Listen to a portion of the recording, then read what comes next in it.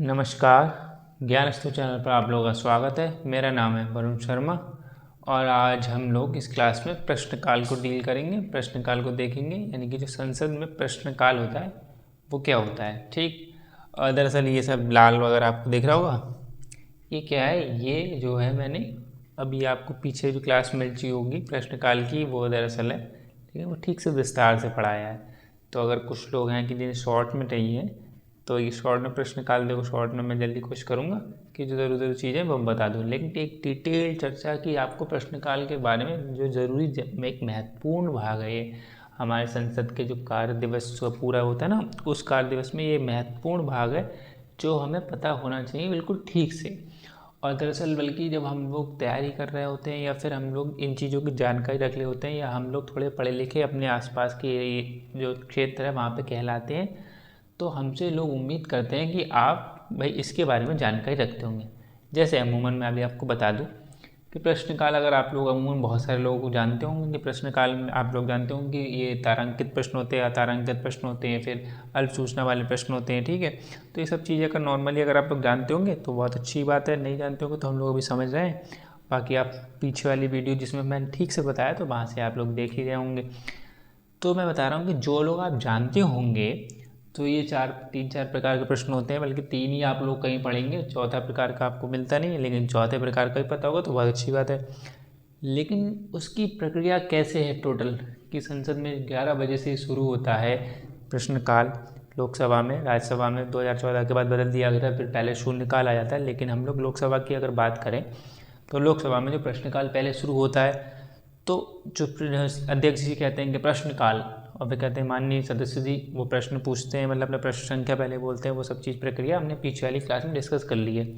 तो वो प्रश्नकाल, लेकिन उसकी पहले की प्रक्रिया कैसे होती है, कौन सा सदस्य कौन सा प्रश्न पूछ सकता है, कौन से प्रश्न पूछने की उसे अनुमति नहीं है कि भाई ये प्रश्न आप नहीं पूछ सकते, तो वो सब चीज़ें होती हैं। वो चीज़ें अमूमन न किताबों में जल्दी बताई जाती हैं और ना ही और कोचिंग संस्थानों में कहीं बताते हैं।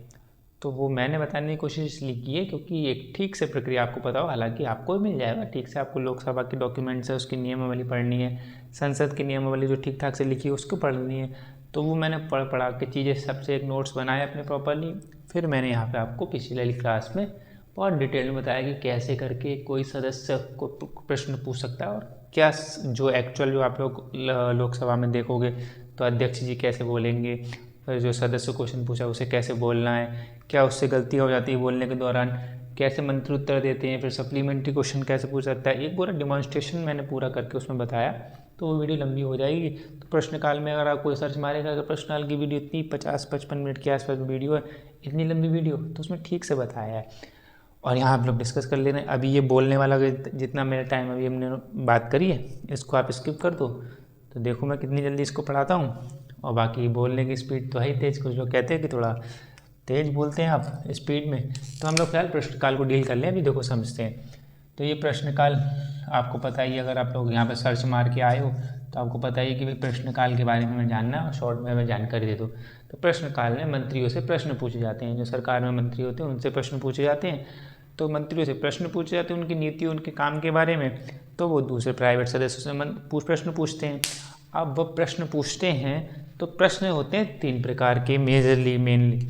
एक तो तारांकित प्रश्न होते हैं, तो तारांकित प्रश्न इंग्लिश में स्टार्ड क्वेश्चन बोलते हैं, उनके ऊपर एक एस्ट्रिक जैसा, जो एस्ट्रिक होता है ना, ये एस्ट्रिक यानी स्टार बोलते हैं इसे, ये बना हुआ होता है। ठीक, और अतारांकित प्रश्न होते हैं उस पर स्टार नहीं बना हुआ होता है। एक होते हैं अल्प सूचना प्रश्न। अल्प सूचना प्रश्न इंग्लिश में बोलते हैं शॉर्ट नोटिस प्रश्न, उसके ऊपर भी स्टार बना हुआ होता है।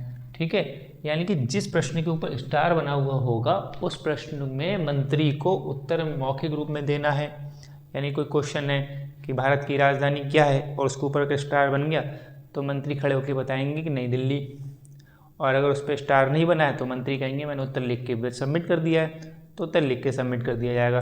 तो इसका मतलब है जिस क्वेश्चन पे स्टार बना हुआ होगा उस क्वेश्चन पे मौखिक तौर पर मौखिक उत्तर देना है मंत्री को, उनसे प्रश्न पूछा जाएगा।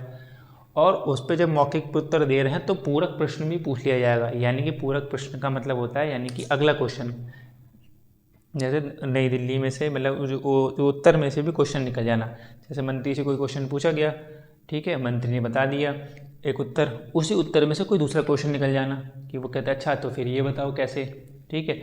तो ऐसे करके बात आ जाती है, तो उसे पूरक प्रश्न बोलते हैं। नहीं, क्वेश्चन के बाद फिर से एक क्वेश्चन और पूछ लेना तो उसे पूरक प्रश्न बोलते हैं। तो मंत्री से वो भी पूछ लिया जाता है। तो ये तब है जब किसी प्रश्न पे स्टार बना हुआ होगा तो उसको मौखिक उत्तर में देना है, ठीक है। उसका मौखिक उत्तर देना मंत्री को। जो भी संबंधित मंत्री से क्वेश्चन पूछा जाए, चाहे रेल मंत्री से पूछा जाए, कानून मंत्री से पूछा जाए, जिस मंत्री से कुछ क्वेश्चन पूछा जाएगा उसका उत्तर उन्हें मौखिक देना है। और मौखिक के बाद तैयार रहना है कि वो फिर से काउंटर क्वेश्चन यानी पूरक क्वेश्चन या सप्लीमेंट्री क्वेश्चन जिसे बोलते हैं, या कॉम्प्लीमेंट्री भी कहीं लिखा मिल जाए तो घबराना नहीं उससे, तो सप्लीमेंट्री क्वेश्चन पूछ सकते हैं। तो फिर मंत्री को फिर से उत्तर देना होगा, और कोई और दूसरा सदस्य भी सप्लीमेंट्री क्वेश्चन पूछ सकता है उस क्वेश्चन से संबंधित, लेकिन उसको पहले वहाँ पे इन्फॉर्मेशन करा देना चाहिए। सब वो सूची वगैरह हम पीछे वाली क्लास में समझ चुके हैं, ठीक है। तो तारांकित प्रश्न ही हो गया, मौखिक उत्तर देना है, पूरक प्रश्न पूछा जा सकता है। अतारांकित प्रश्न होते हैं वो, यानी एक ऐसे प्रश्नों की सूची जो अतारांकित होती है, ठीक है। तो वो प्रश्न कितने थे उसको उसका उत्तर लिखित देना होता है मंत्री को, यानी क्वेश्चन उनके पास आएगा लिखित तौर पर उन्हें सदन में जमा करा दिया, और उत्तर उनको फिर जिसने क्वेश्चन पूछा उसको उसकी प्रति जो भी इसकी फोटोकॉपी टाइप में ना वो पहुंच जाती है प्रतियाँ। तो ये हो गया, ये होता है अतारांकित प्रश्न। अब तारांकित और अतारांकित समझ लो। तारांकित प्रश्न जो होते हैं स्टार क्वेश्चन होते हैं, एक दिन में 20 पूछे जा सकते हैं। सदन में जो एक दिन चला उसमें 20 क्वेश्चन मैक्सिमम 20 होते हैं, 20 के बाद नहीं, कम हो सकते हैं, 10 हो सकते हैं, 5 हो सकते हैं, 4 हो सकते हैं। हालांकि हम देखेंगे, मतलब पीछे हम देख भी चुके हैं कि 20 क्वेश्चन मैक्सिमम हो सकते हैं, लेकिन 8 मैक्सिमम 8 7 8 के आसपास क्वेश्चन पे बात हो पाती है। क्वेश्चन नंबर 8 तक पहुँच पाते हैं आसपास, 9 10 के पास, उसके बाद में सब समाप्त कर दिया तो कहते हैं कि हमने बस बात कर ली, सबके मुद्दे बात होगी, ऐसे हो जाता है। तो इसलिए बस, लेकिन मैक्सिमम 20 रख सकते हैं प्रश्न सूची में एक दिन में। और अतारांकित होते हैं वो 230 230 तो 230 रख सकते हैं, ठीक है। तो ये हो गया तारांकित तो अतारांकित हो गया। अभी रंग की भी बात कर लेंगे। अब तीसरा समझ लो अल्प सूचना प्रश्न। अल्प सूचना का मतलब बहुत कम शॉर्ट नोटिस में अगर कोई क्वेश्चन पूछना है। अब शॉर्ट नोटिस में पूछना है तो इनका क्या टाइम है, तो तारांकित प्रश्न को 15 दिन के नोटिस में तो आप पूछ सकते हो। 15 दिन पहले आपको बताना होगा कि हमें क्वेश्चन पूछना है, इस तारीख को पूछना है मंत्री से, तो आपने ऐसा बता दिया तो आपको क्वेश्चन पूछने का मौका दिया जाएगा। अब ऐसा आसान नहीं तेल मौका दिया जाएगा, उसके पीछे पूरी प्रक्रिया होती है। कैसे कोई कहेगा कि हमें क्वेश्चन पूछना है तो उसकी पूरी प्रक्रिया है, तब जाकर अध्यक्ष अलाउ करते हैं कि हाँ पूछ सकते हो नहीं पूछ सकते हो। वो प्रक्रिया हमने पीछे वाली क्लास में लॉन्ग वाले में पढ़ ली। अगर आप उसकी रुचि रखते हैं तो आप वहाँ पर देख लीजिए, या देख चुके हैं तो बहुत अच्छी बात है। यहाँ मैं शॉर्ट में बताना चाह रहा हूँ कि जो लोग आप लोगों को पढ़ाते हैं किताबों में ऊपर ऊपर मिल जाता है। तो तारांकित प्रश्न को आपको 15 दिन का नोटिस देना होता है, तो 15 दिन बाद आप वो पहले बताओगे और आपको क्वेश्चन बता दिया जाएगा। ऐसे ही अतारांकित वाला, यानी कि आपने क्वेश्चन बताया जाके कि हमें 15 दिन पहले नोटिस दे दिया कि हमें ये क्वेश्चन पूछना है। उसमें बाद में अध्यक्ष उसको बनाएंगे कि ये स्टार क्वेश्चन है या अनस्टार क्वेश्चन है। तो स्टार होगा तो इस वाली लिस्ट में डाल दिया जाएगा, तो उसका उत्तर मौखिक देना पड़ेगा, पूरक प्रश्न पूछा जा सकता है। और अनस्टार होगा तो उसका उत्तर लिखित दिया जाएगा, इसमें पूरक प्रश्न नहीं होता है, ठीक है।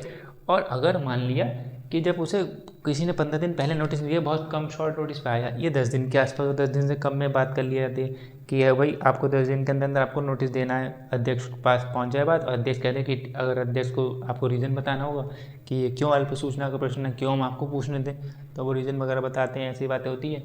हालांकि फिर इसमें मैंने बता भी दिया था वहाँ पे कि मंत्री से ही पूछा जा सकता है कि भैया इतनी कम टाइम में आपको ये हमारे पास प्रश्न आ रहा है, आपको इसका उत्तर देना, आप दे पाओगे और इस तारीख में देना है। तो मंत्री कहते हैं कि हाँ मैं दे पाऊँगा, तो इसको प्रश्न को लिया जाता है, नहीं तो नहीं लिया जाता है।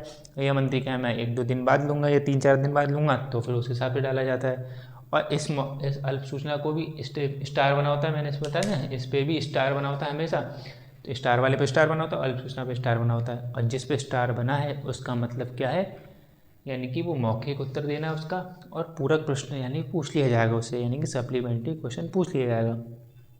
अच्छा, एक सदस्य को लगभग 5 प्रश्न पूछने का अनुमति, 5 में जिसमें एक मौखिक उत्तर वाला यानी कि एक स्टार वाला, और कभी कभी 2 बढ़ जाते हैं, लेकिन एक जनरली है एक स्टार वाला, और बाकी 4 अन स्टार वाले क्वेश्चन एक सदस्य ऐसा कर सकता है, ठीक है, ये ध्यान रखना। तो ये हो गया तारांकित और अल्प सूचना प्रश्न। जो तारांकित प्रश्नों की सूची होती है वो हरे रंग के पन्ना होता है, हरे रंग में होता है, ठीक है। और तारांकित वाले सफ़ेद कागज होता है, और अल्प सूचना वाले हल्के गुलाबी रंग से रंगे होते हैं, ठीक है। तो ये ध्यान रखना, कागज़ के रंग के और क्वेश्चन बन जाए तो ध्यान रखना अतारांकित वाला है वो सफ़ेद में होता है और तारांकित वाला स्टार वाला वो हरे रंग में होता है, और अल्प सूचना शॉर्ट नोटिस जो होता है शॉर्ट नोटिस में वो होता है हल्का गुलाबी रंग। ठीक, ऐसे होते हैं। और बाकी एक चौथा है गैर सरकारी सदस्यों से पूछे जाने वाले प्रश्न, यानी कि अमूमन तो क्या है, सामान्यतः मंत्री से प्रश्न पूछे जाएंगे, मंत्री नीतियाँ वगैरह बनाए उनसे पूछे जाएंगे, लेकिन कोई गैर सरकारी सदस्य है जो प्राइवेट मेंबर है उससे भी प्रश्न पूछा जा सकता है। कोई भी पूछ सकता है, चाहे वो सदस्य पूछ सकता है, प्राइवेट सदस्य से पूछ सकता है, चाहे मंत्री प्राइवेट सदस्य से पूछ सकता है। क्यों? क्योंकि अगर वो प्राइवेट सदस्य जो गैर सरकारी सदस्य है वो हो सकता है, कई बार होता है ना, कोई गैर सरकारी सदस्य भी बिल लेके आ सकता है, बिल तो वो भी ला सकता है ना, गैर सरकारी प्राइवेट मेंबर बिल बोलते हैं जिसे, तो वो भी ला सकता है। तो या फिर ऐसा कोई भी निकाय बन रहा हो, कुछ भी हो जिसमें कोई भी ऐसा निकाय बना हो, कोई समिति बनी हो या कुछ भी बना हो जिसमें गैर सरकारी सदस्य उसमें उसका भाग हो, यानी उसका दायित्व बनता है, उसकी जवाबदेही बन रही है कि इस मुद्दे पे इस गैर सरकारी सदस्य की भी जवाबदेही बन रही है, इससे भी प्रश्न पूछा जा सकता है क्योंकि ये भी उसमें शामिल था। तो अगर ये किसी न कहीं पे जहाँ शामिल था गैर सरकारी सदस्य, तो इसकी जवाबदेही इस मुद्दे पे बनती है, इसकी भी बनती है या इसी की बनती है, तो क्या तो सिर्फ इसी की बनेगी तो उससे तो पूछा ही जाएगा, और या इसकी भी बनती तो इनसे भी प्रश्न पूछा जा सकता है। तो ऐसा कहा कि भैया ये मुद्दा ऐसा है और इस मुद्दे की जवाबदेही ये गैर सरकारी सदस्य बनती है, तो हम इससे भी प्रश्न पूछेंगे, तो उसमें भी आप डालोगे, अध्यक्ष ऑर्डर दे देंगे, हाँ पूछ लो इनको, तो इनसे पूछा जाएगा। अब ये जो है गैर सरकारी सदस्य, इसको उत्तर देना है, ये मौखिक भी दे सकता है, लिखित भी दे सकता है। ये इनकी इच्छा स्वेच्छा पर नहीं है कि गैर सरकारी सदस्य अपनी इच्छा से मौखिक देंगे, अपनी इच्छा से लिखित देंगे। ये अध्यक्ष डिसाइड करेंगे जो गैर सरकारी सदस्य से जो प्रश्न पूछा जा रहा है, अगर वो स्टार वाला प्रश्न है तो मौखिक उत्तर देना पड़ेगा और पूरा प्रश्न भी हो जाएगा, और अगर अध्यक्ष ने उस वाले क्वेश्चन को अनस्टार बना दिया तो लिखित उत्तर देना पड़ेगा, पूरा प्रश्न नहीं पूछा जाएगा। ठीक है, और रंग वैसे ही रंग दिया जाएगा उसी हिसाब से। तो वो अगर गैर सरकारी सदस्य से पूछा जाएगा तो वो मौखिक वाले इस वाले में पढ़ा होगा, तारांकित वाले में पढ़ा होगा, और जिस नंबर पे लिखा होगा तो उस पर लिख दिया होगा कि ये वाला क्वेश्चन इस मंत्री से नहीं पूछा जाएगा बल्कि गैर सरकारी सदस्य से पूछा जाएगा। तो ऐसे करके सूची बनी, जैसे इन सब में सूचियाँ बनी होंगी, तारांकित प्रश्नों की जो सूची बनी होगी, क्वेश्चन नंबर 1 भाई रेल मंत्री से पूछा जाएगा, क्वेश्चन नंबर 2 ये वित्त मंत्री से पूछा जाएगा, क्वेश्चन नंबर 3 ये कानून मंत्री से पूछा जाएगा, क्वेश्चन नंबर 4 ये गैर सरकारी सदस्य से पूछा जाएगा, तो वो तारांकित वाले में डाल दिया जाएगा। या तारांकित वाले में आ जाएगा कि क्वेश्चन नंबर 1 वित्त मंत्री के लिए, क्वेश्चन नंबर 2 इनके लिए, क्वेश्चन नंबर 3 और क्वेश्चन नंबर 121 गैर सरकारी सदस्य के लिए, ऐसे डाल दिया। 121 में ऐसे रैंडमली बोल रहा हूँ, कोई भी नंबर हो सकता है क्योंकि ये 230 पूछे जा सकते हैं अतारांकित, तो 121 बोल दिया। वो 20 तक है, 20 तक रहने देंगे। तो ये हो गए 4 प्रश्नकाल। ये सामान्यतः जो संसद का कार्य दिवस होता है 11 बजे से 12 बजे तक होता है लोकसभा में। राज्यसभा में 2014 तक भी ऐसे चलता था कि पहला घंटा जो होता था वो प्रश्नकाल चलता था, लेकिन 2014 के बाद राज्यसभा में ये पहला शून्यकाल हो गया, उसके बाद प्रश्नकाल कर दिया। लोकसभा में अभी भी ऐसा ही चलता है कि पहला घंटा प्रश्नकाल का होता है, फिर घंटा शून्यकाल का क्या होता है। अब शून्यकाल क्या होता है ये हम अगली वाली वीडियो में समझ लेंगे। तो ये प्रश्नकाल की अगर वीडियो बनाना है तो प्रश्नकाल का ऐसा वाला मामला है। ये 4 प्रकार के प्रश्न होते हैं। बाकी हमने अगली वाली क्लास जो पिछली वाली क्लास में पढ़ चुके हैं उसमें हमने ठीक से सरकार के लिए क्या फ़ायदे होते हैं प्रश्नकाल से और सरकार के नुकसान क्या होते हैं प्रश्नकाल से वो समझे।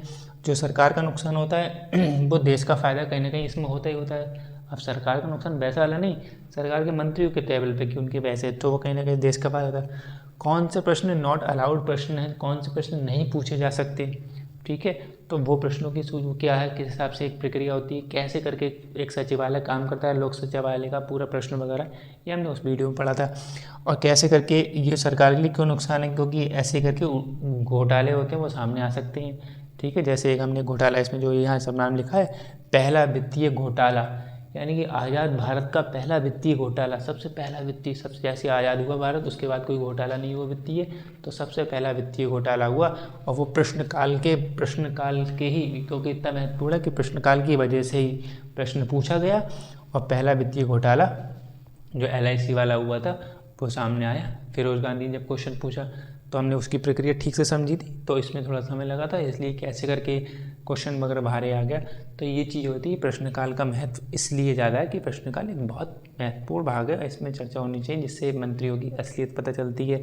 तो ये प्लस पॉइंट वगैरह लिखा है, मंत्रियों की असलियत पता चलती है, मंत्री त्याग पत्र भी देना पड़ सकता है, जैसे कि टी कृष्णमाचारी ने त्यागपत्र दिया था। उस टाइम के वित्त मंत्री थे, तो इनके सामने घोटाला हुआ तो इन्होंने त्यागपत्र दिया था। 1958 की ये बात है, तो हमने इसमें देख लिया था 1958 की बात है। दूसरी लोकसभा का जो चुनाव हुआ था उसके बाद में ये टी कृष्णमाचारी और इनके जो वित्त सचिव थे HM पटेल, तो ये सब दोषी पाए गए थे।